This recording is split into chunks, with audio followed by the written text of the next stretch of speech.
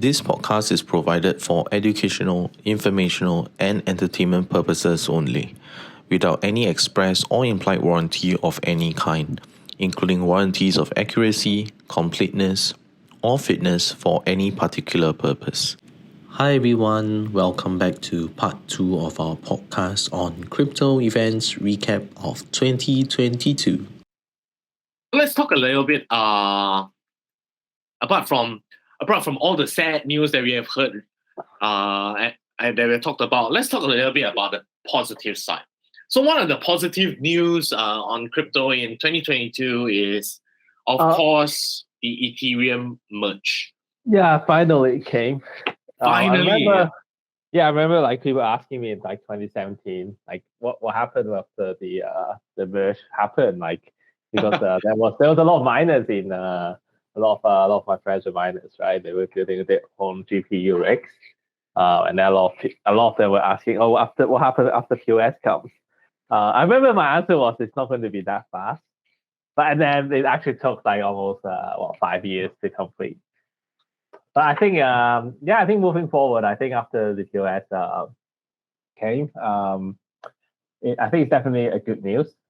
It's one of the, I would say, biggest milestone for Ethereum network. So I think as Ethereum, the second largest blockchain network, so basically they have completed a new system for processing transaction on 15 September 2022.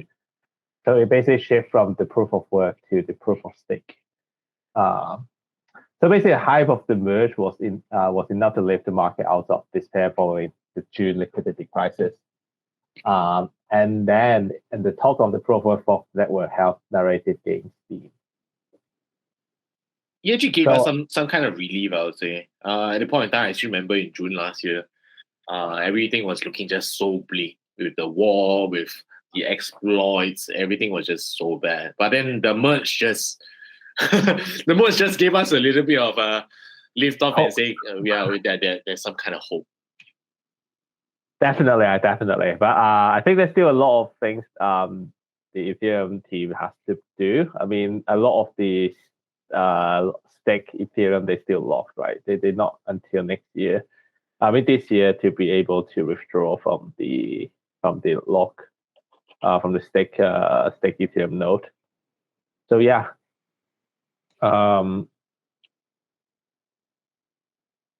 So basically what's the benefit of the merge is it basically has improved 99.9% of improved energy efficiency. So basically it will reduce a lot of the emission and potentially could help the crypto to flip the whole basically to bring in another bull market for the crypto space. I think likely Ethereum's merge. I don't know, Alan. Do you think that POS is definitely much better than the proof of work? I think in terms of like energy efficiency and the emission, it is. But one of the things, I'm personally concerned about the merge is how many nodes is in control, right? Yep. Because to be honest, I think most of the Ethereum users or stakers, they will go for the bigger nodes like on Binance or Lido, right? So they actually may give some control over the network. So of course, at the end of the day, I think the community of the network will adjust if it's over centralized. I think the shift to, personally, I feel like the shift to POS is highly bullish in my sense, because I feel like proof of work is just something that over time, like I said, the energy efficiency just doesn't really make sense, and everything's just gonna take up too much energy, and it's just not worth the time and the amount of money spent on the POW side. So yeah, other than the merge itself, a lot of good news may come from that. I think, in fact, when the merge happened, the markets actually went up by about 5 to 10% during that point in time, and I think that huge relief in the market actually was much needed. But of course, like we all know, in June, the biggest of the crypto events, like we mentioned right at the start, it hasn't happened yet. It didn't happen yet. So Oh yeah, it didn't happen yet. Yeah. yeah, it didn't happen yet. So I think that was kind of short lived. In fact, if you ask most people what happened in 2022, I think probably a good portion of them wouldn't even mention about the ETH merge because it's been overshadowed by other news.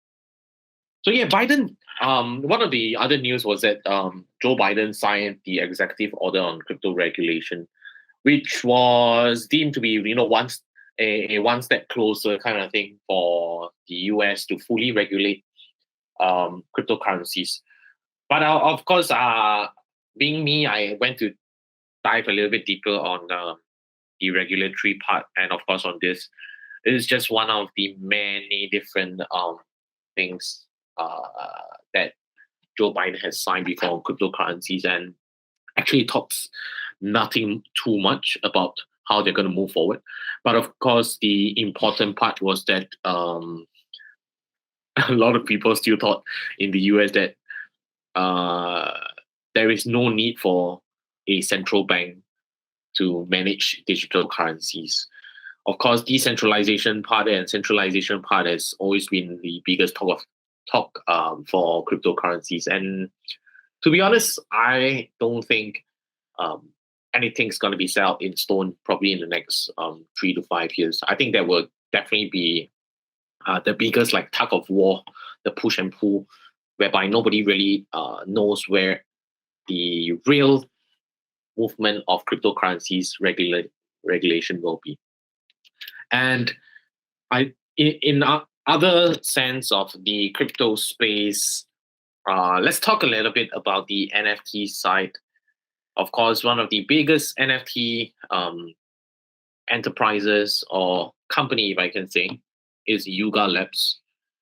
They are, of course, the ones behind the Bored Ape Yacht Club and the Milton Ape Yacht Club. And they actually launched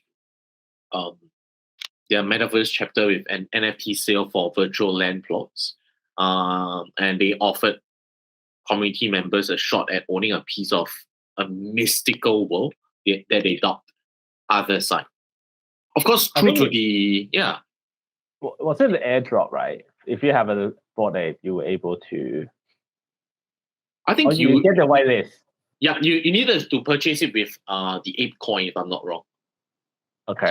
So you will get the whitelist, but then you still needed to purchase it with an Ape coin. But I'm not too sure if you needed to. But I'm not too sure if they could purchase it. If you're a holder, you could purchase it at a discounted price or what. But there were about like 55,000 plots for the public mint. Oh yeah, wait. Actually, like the existing community members, they were given the plots for free. So I think the holders, the loyal holders actually get the plots for free. So that was really crazy because I mean the NFT side was of course in quite a stale state given the situation of the crypto market, and that itself actually kicked off like a small bull run in across all chains for NFTs. And of course, the one of the craziest thing was that Yuga Labs actually banked about $310 million from the sale of this Other Side launch. Wow. So, okay. Yeah, making like the biggest NFT drop in history. So that was just extremely mad. I think if we talk about like similar big launches of NFTs, you probably see them getting maybe 30 million, 40 million in funds raised from the mint, but this is like 10 times that. So it's Another super level. crazy. Yeah, this is crazy. This is crazy. Okay, and then and next one we'd like to share is probably Elon Musk completing the $44 billion deal to. Oh, that's a huge one. Yeah, that's a huge one. I think that's a huge. Although it's not directly like a crypto event, but I think it a lot of the industry players think it's a very important event that happens for the crypto space, as well as probably a lot of other industry that might get affected by that. What do you feel about it? I actually think that Twitter is like the biggest social media space for cryptocurrency. I don't know. I think a lot of drama is on Twitter. That's the thing. Like that's why a lot of people like to go on Twitter now. I mean, I used to. I never I was never a really big Twitter user until like probably last year. I would say when there was a lot of dramas and a lot of releases were doing on Twitter first. So yeah, I would say Elon Musk taking over would be. I think it would make the space more interesting, in a way.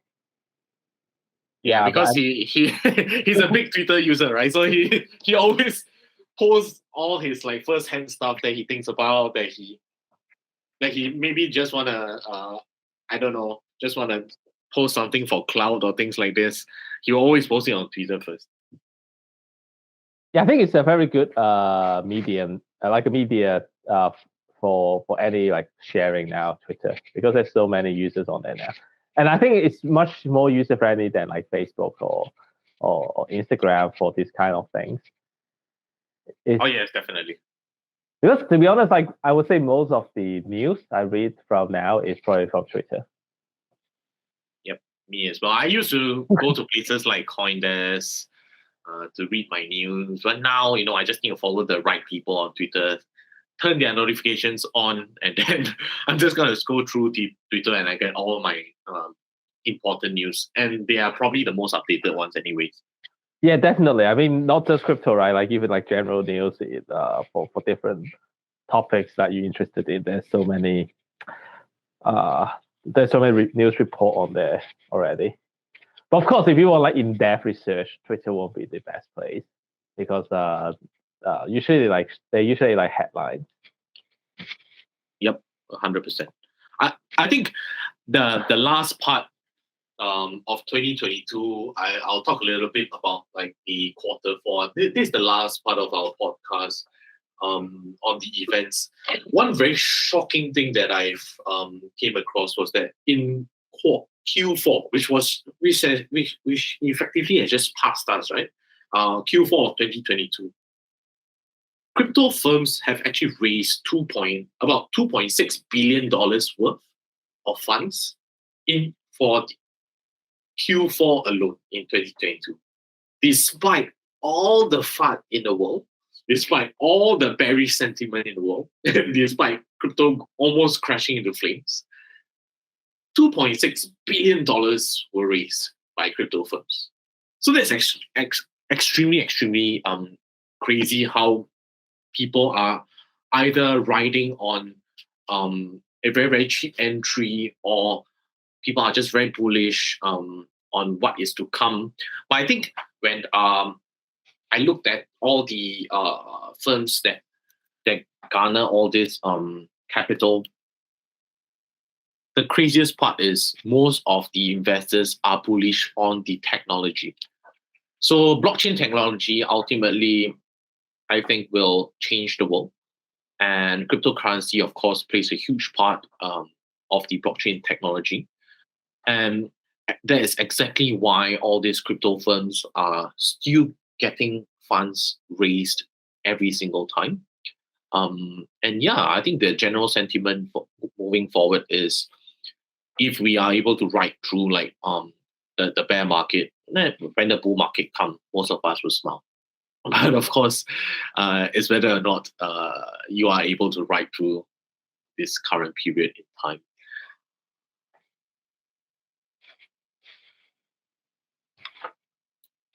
And with that, I think we have come to the end of our podcast.